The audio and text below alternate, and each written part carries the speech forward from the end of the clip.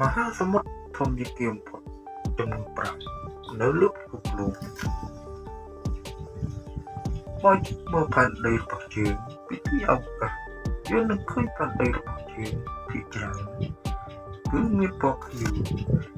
ដែលពណ៌ខៀវនោះគឺជាមហាសមុទ្រហើយមានបរិមាណទឹកចំនួន 71% គ្របដណ្ដប់លើផ្ទៃដីរបស់ផែនដីរីឯ 29% ទៀតគឺជាផ្ទៃដីប្រទេសរុស្ស៊ីជាប្រទេសដែលមានតែធំជាងគេបំផុតក្នុងពិភពលោកប៉ុន្តែប្រទេសនេះ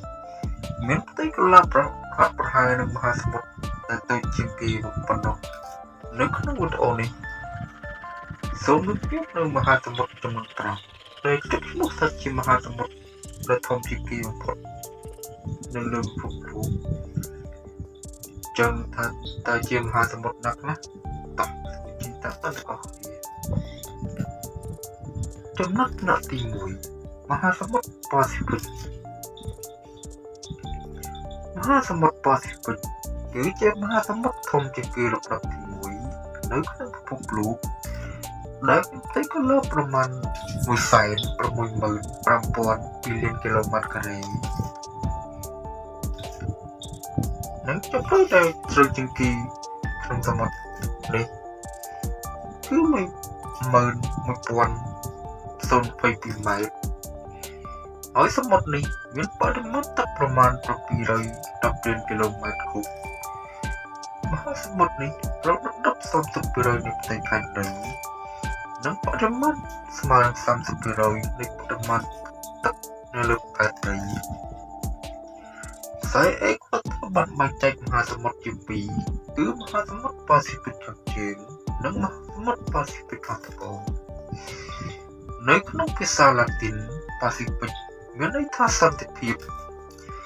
មហាសមុទ្រនេះមានទីតាំងនៅចន្លោះទ្វីបអាស៊ីនិងព្រមទាំងទ្វីបអាមេរិកខាងជើងនិងទ្វីបអាមេរិកខាងត្បូងបែបខាងកើត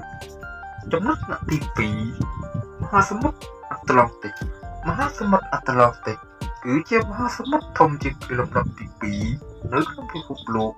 ដែលមានផ្ទៃកន្លះប្រមាណ 16,500 លានគីឡូម៉ែត្រការ៉េកន្លែងដែលជ្រៅជាងគេនៃមហាសមុទ្រនេះមានជម្រៅ 8,481 ម៉ែត្រហើយព្រមទាំងមានបរិមាណទឹកប្រមាណ 322 លានគីឡូម៉ែត្រគូបមហាសមុទ្រនេះមានរឿងស្ដឹងទៅនឹងអក្សរ S និងត្រូវបានគេដាក់ឈ្មោះថាតាមអធិទេពរបស់ជនជាតិក្រិកគឺ Atlas ដែលជនជាតិក្រិកចាប់ទុកថាអធិទេពដែលមួយគ្រប់គ្រងមេ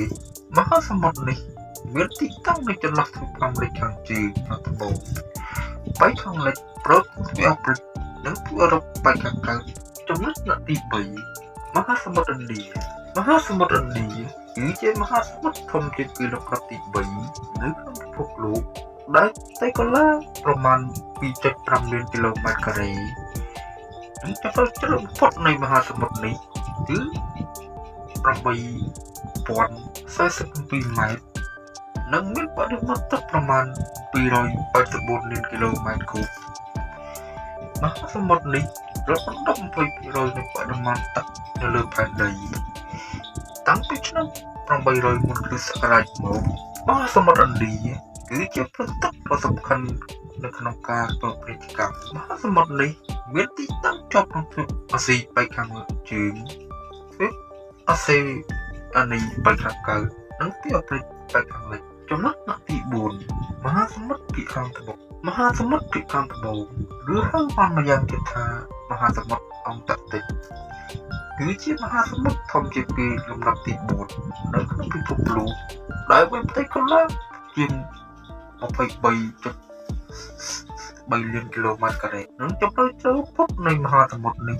គឺ 3,960 ម៉ែត្រមហាសមុទ្រនេះគឺជាមហាសមុទ្រថ្មីជាងគេដែលត្រូវបានទទួលស្គាល់ដោយ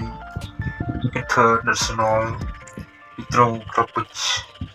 Organization នៅក្នុងឆ្នាំ 2000 ហើយមហាសមុទ្រនេះមានទីតាំងនៅព័ទ្ធជុំវិញទ្វីបអង់តាក់ទិកចំណុចទី5មហាសមុទ្រអង់តាក់ទិកមហាសមុទ្រអង់តាក់ទិក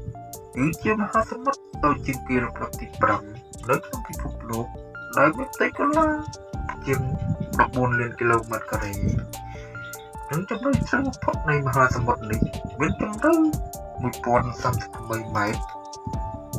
និងមានបរិមាណទឹកប្រមាណ 18.02 លានគីឡូម៉ែត្រគូបមហាសមុទ្រនេះគឺជាមហាសមុទ្រដែលជែកជាងគេនិងមានបរិមាណកម្រិតអំបិលតិចមហាសមុទ្រនេះ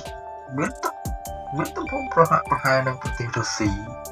ដែលជាប្រទេសធំជាងគេក្នុងពិភពលោក